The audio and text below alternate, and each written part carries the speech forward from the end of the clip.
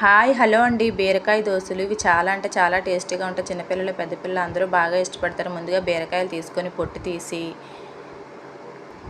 మిక్సీలో వేసుకోవాలి.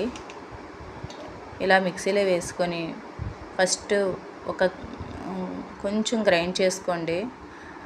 ఇలా గ్రైండ్ చేసుకున్నాక రెడ్ చిల్లీ,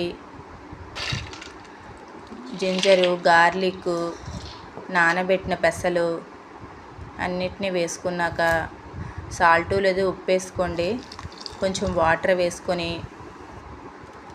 గ్రైండ్ చేసుకోండి. ఇలా గ్రైండ్ చేసుకొని ఇలా థిక్ ప్యాటర్న్ వచ్చేలాగా గ్రైండ్ చేసుకోండి. ఇలా గ్రైండ్ చేసుకున్న దోశ ప్యాటర్న్ లాగా గ్రైండ్ చేసుకోండి. ఇలా గ్రైండ్ చేసుకున్నాక జీలకర్ర వేసుకొని దోశల్లా వేసుకుంటే ఎంతో టేస్టీ అయిన బీరకాయ దోశ రెడీ.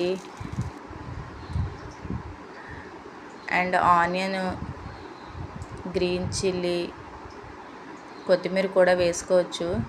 వేసుకొని బాగా కాలిన తర్వాత ఇలా టర్న్అవుట్ చేసుకుంటే చూసారు ఎంత బాగా కాలిందో. దోశ చూడడానికే కాదు టేస్ట్ కూడా చాలా బాగుంటుంది. ఏదైనా చట్నీతోని సర్వ్ చేసుకుంటే బాగుంటుంది.